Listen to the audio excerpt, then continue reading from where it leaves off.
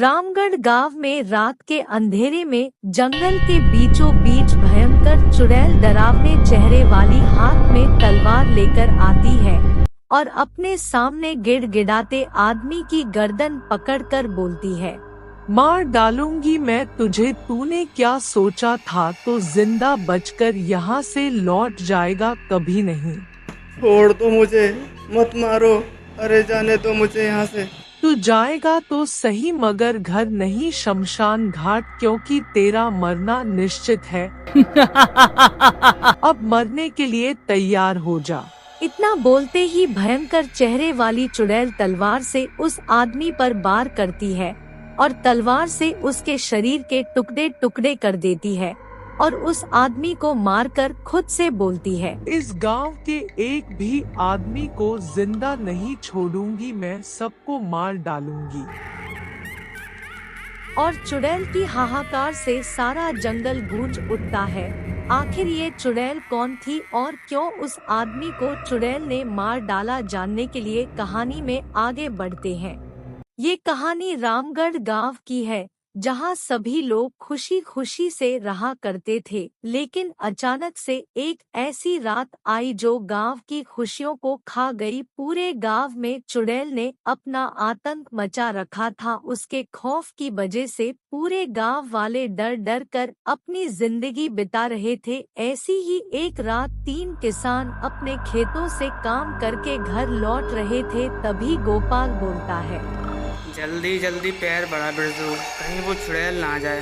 अरे सुप बोलो भैया, अगर वो चुड़ैल यहाँ पर आ गई तो हम तीनों को जिंदा नहीं छोड़ेगी, और मैं मरना नहीं चाहता। मरना तो मैं भी नहीं चाहता, मगर रात के अंधेरे को देखकर मुझे बहुत डर लग रहा है और मन में उसी चुड़ैल का ख्याल आ रहा है। तभी वहाँ पर चुड़ैल आ जाती है और बोलती है, आखिर तुम तीनों का मरने का दिन आ ही गया। तुम्हारी मौत तुम्हें यहाँ खींचकर मेरे पास ले आई है।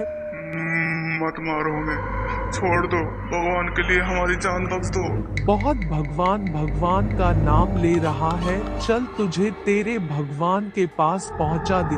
जिसके बाद वो चुड़ैल उन तीनों का सिर तलवार से काट कर धड़ से अलग कर देती है। अगले दिन सुबह गांव वालों को उन तीनों की लाश मिलती है, जिसे देखकर गांव वाले डर जाते हैं और आपस में बात करने लगते हैं। कुछ भी समझ में नहीं आ रहा है, इस मौत के तांडव को कैसे रोका जाए। कोई भी नहीं रोक सकता, और जिसने भी रोकने की कोशिश की है वह सब की सब मारे गए हैं। मैं एक ऐसे महात्मा जी को जानता हूँ जो काली पहाड़ी के पीछे रहते हैं। अब बस वही हमें इस मुसीबत से बचा सकते हैं। हम सभी को उनके पास चलना चाहिए। तभी तीनों मिलकर महात्मा जी के पास आते हैं और रितेश उनसे बोलता है, हमारी मदद कीजिए महात्मा जी, एक चुड़ैल हमारे गांव का सर्वनाश करने पर तुली हुई है। वो एक एक करके सभी इंसानों को मार रही है। अगर ऐसा ही होता रहा तो हमारा गांव शमशान में बदल जाएगा और पूरा गांव सुनसान हो जाएगा। अब आप ही हैं जो हमारी और हमारे गांव की रक्षा कर सकते हैं। तुम लोग घबराओ मत, मैं अपनी इंद्रिय शक्ति से सब कुछ पता करके तुम लोगों को बताता हूँ।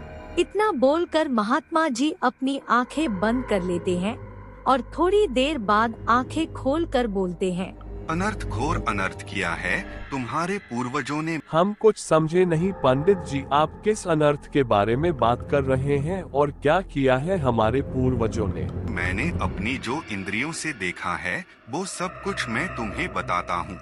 ये बात बहुत साल पहले की है। रामगढ़ गांव में बहुत ही बड़ा और विशाल महावीर हनुमान मंदिर था, जहां सुबह शाम पंडित जी मंदिर में पूजा पाठ किया करते थे और वह लोग भगवान का आशीर्वाद लेने आया करते थे। ऐसे ही एक सुबह पंडित जी पूजा कर रहे होते हैं, तभी वहां पर गांव का सरपंच आता है और बोलता है, पंडित दिन रात तो इस हनुमान की पूजा करता रहता है, लेकिन आज तक तेरे हालात नहीं बदले। पहले की तरह ही तू अब भी फटीचर है, इसीलिए अब भी तेरे पास वक्त है। मेरे साथ मिल जा और इस मंदिर को तोड़कर मुझे यहाँ दारू का ठेका खोलने दे। जल्द से जल्द मैं तुझे अमीर बना दूंगा। तुझ प्राणी मूर्ख सरपंच, तू कैसी मूर्खता भरी बातें कर रहा है?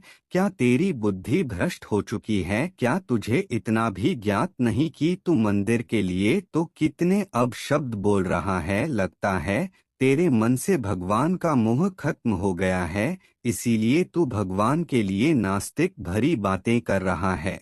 मैं नास्तिक भरी बातें नहीं कर रहा हूँ, बल्कि इस गांव की तरक्की के बारे में सोच रहा हूँ, जिससे तुम लोगों को भी फायदा मिलेगा।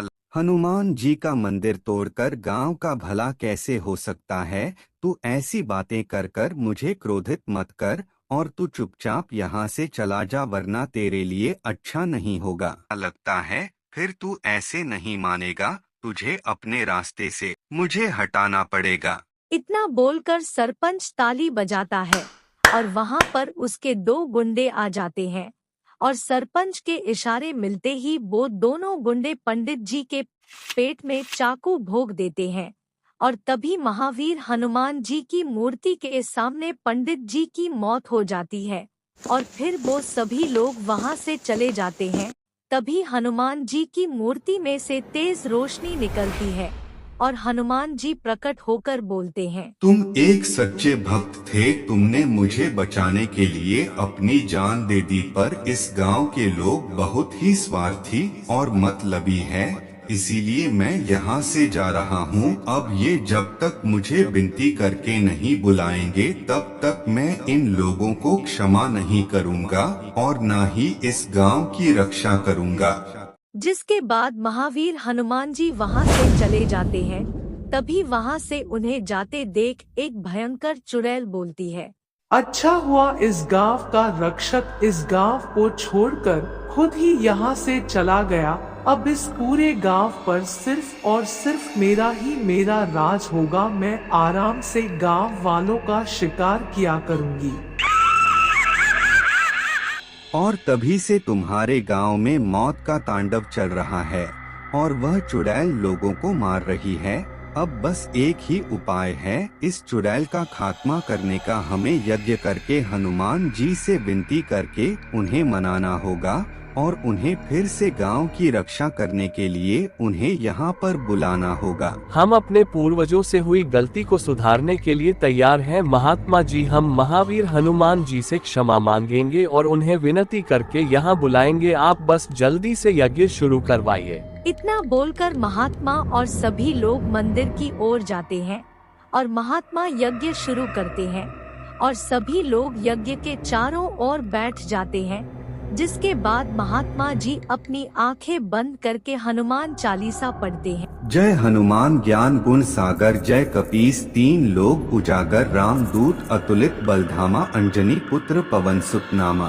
तभी मंत्रों की आवाज सुनकर चुड़ैल वहां आ जाती है और बोलती है, बस रोक दे महात्मा, ये मंत्र पढ़ना नहीं तो अंजाम अच्छा नहीं होगा, रोक दे।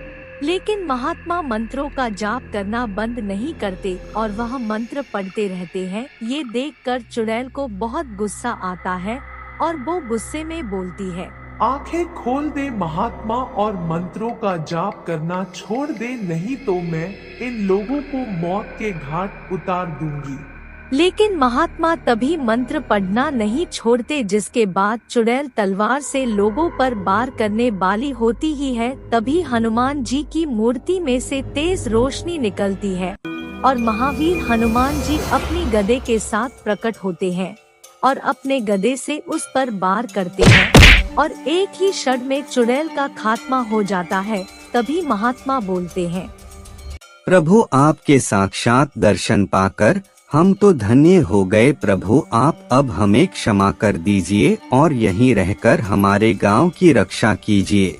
मैं तुम्हारी तपस्या से प्रसन्न हुआ, मैंने तुम सभी को माफ कर दिया है। मैं सदा ही इस गांव की रक्षा करूंगा। जय श्री राम। दोस्तों, अगर आपको कहानी पसंद आई हो तो वीडियो को लाइक और चैनल को सब्सक्राइब करें।